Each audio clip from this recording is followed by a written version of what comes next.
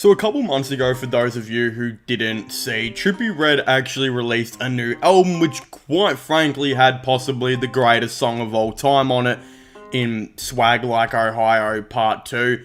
You know, there's nothing that fucking amps me up more to go, I don't know, tackle the day, beat my meat, fucking, I don't even know, than fucking listening to Swag Like Ohio Part 2 in my headphones. It's just absolutely one of the best things you can possibly do. But in saying that, unfortunately, a lot of people didn't actually agree with me. A lot of people were kind of had given their opinions on, you know, Trippie Redd's new album. It was definitely shared quite a bit that a lot of people thought this guy just low-key kind of had an album that brought the Avengers together, nearly had every rapper on it you could possibly think of, even those who are unfortunately not with us anymore, like Juice WRLD was literally on the album. It definitely had a lot of mixed opinions, and it seems like that has been a common trend with a lot of Trippie Redd's music, especially over the last 3 or 4 years or so. Really, since 2020, I think there have been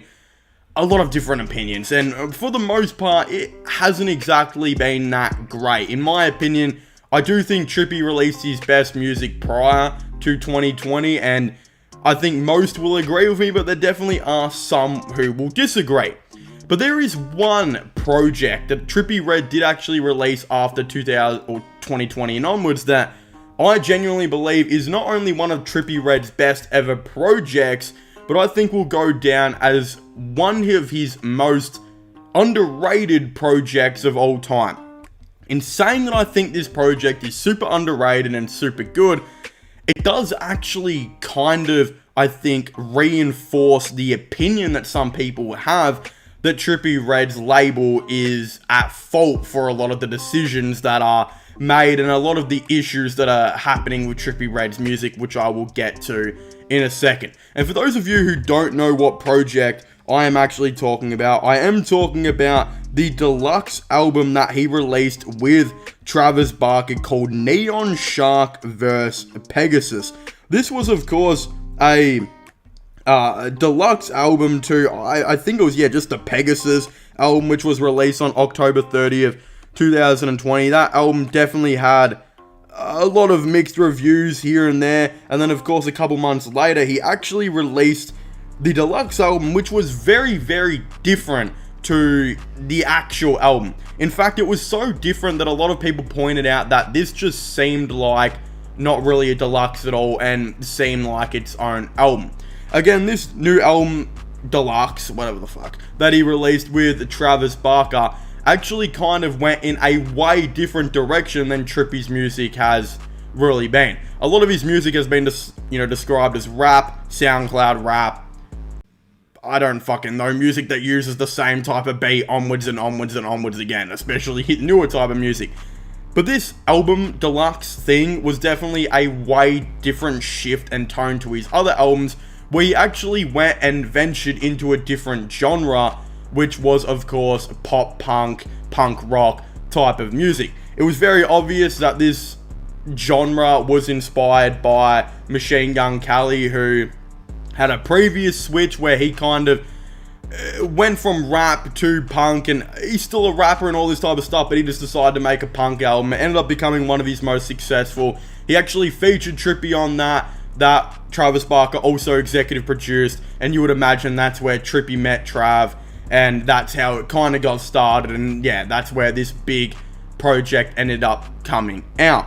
Now, this ended up being released, and a lot of, I think, Trippie fans yet again had their own different opinions on it, but the main music fan, I think, who is not necessarily a big Trippie fan, but is just a music fan in general, definitely thought this was way better than the previous type of, music he had been releasing in the last year or so. 2020, yeah, his music that he released in there, a lot of people had their different thoughts and opinions on. I think we can agree that the different style and genre that he ventured out to and explored in this deluxe album was a really nice change of pace, and I actually think it was something he should have probably continued. Now, if you're wondering though, this sounds really good, how come I haven't heard about this deluxe album?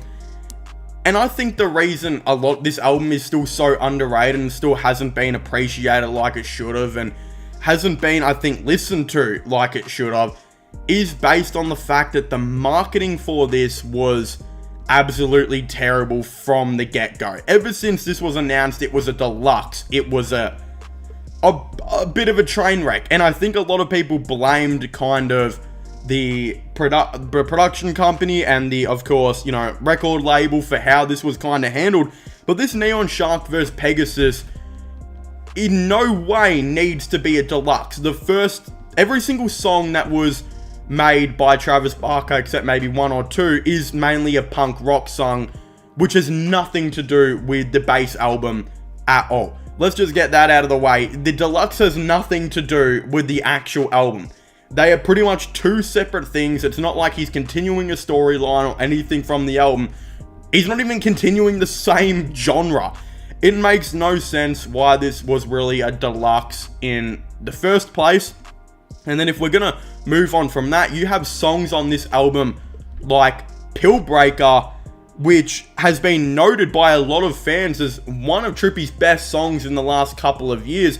Songs like that weren't even released as a single. He got MGK, Black Bear, and Travis Barker, who you could all argue those three artists were in their best solo primes at the time of that song being released, and it didn't even get a music video or anything. In fact, the song that was actually released as a single for this album was called Dreamer, and it was like the only song, I believe, that was on this deluxe that wasn't made by Trav Barker. What? Why? I really don't get it. Pill Breaker, I've spoken to people and they've told me, yeah, this is one of Trippie's best songs in the last couple years, but a lot of people haven't heard about it just because it was never given a music video, it was never a single. It just was kind of slapped on this deluxe, even though it was better than like 99.9% of the songs on the original album that also has nothing to do with the deluxe. The marketing of this album also got barely any treatment. If I remember right, I don't even think MGK like really advertised this album. I don't think Black Bear really did. Travis did because he obviously executive produced it. But even Trippie kind of just put this thing out and let it get good reviews and let it get talked about quite well, but didn't really release anything as a single. He didn't really advertise it a whole lot. I don't think he's really ever performed anything off this album, and it's quite weird considering this has been talked about as some of his potential best work in the last couple years. I also think this would have been a perfect opportunity for Trippie to actually use this as inspiration to make a punk album, an actual punk album that's not a weird deluxe, and keep going like that. But since this deluxe has come out, it seemed like it was just a little bit of a test, of an experiment to see if Trippie could make this music and if it could be received well. And it definitely did. It definitely was received quite well from what I saw. And yeah, it's something that I definitely feel like Trippie should have potentially continued on with, that we just unfortunately never got to see. But at the end of the day, Neon Shark vs. Pegasus will go down as one of the weirdest deluxe albums that had nothing to do with its original album, that was very rarely advertised or rarely even talked about, that was actually incredibly good, that has kind of got a bit of a weird, low-key, small cult following that still loves this album to this day. I was literally in an MGK group the other day. Don't ask me what I was doing in that MGK group, but I was in an MGK group. And I saw a bunch of people talking about how the two MGK songs on this are some of his most underrated ever, and how these songs needed to have music videos and be singles, all of the above. That just never happened. Take of that what you will, but Neon Shark vs. Pegasus will go down as, I think, Trippie Redd's most underrated project ever, that should have gotten a sequel, should have been touched upon more and explored more, that just never did. But of course, if you haven't already, please make sure to leave a like and subscribe to the channel. Comment your thoughts and opinions down below. Do you guys agree with everything I've just said then, or do you guys disagree? Of course, I would definitely really like to know your thoughts and opinions. Don't forget to subscribe to my sports channel. my IRL/vlog channel, and my podcast as well. All of them will be getting linked in the description down below. But as I was saying, please make sure to leave a like, subscribe, and comment, and I'll see you guys next time. Goodbye.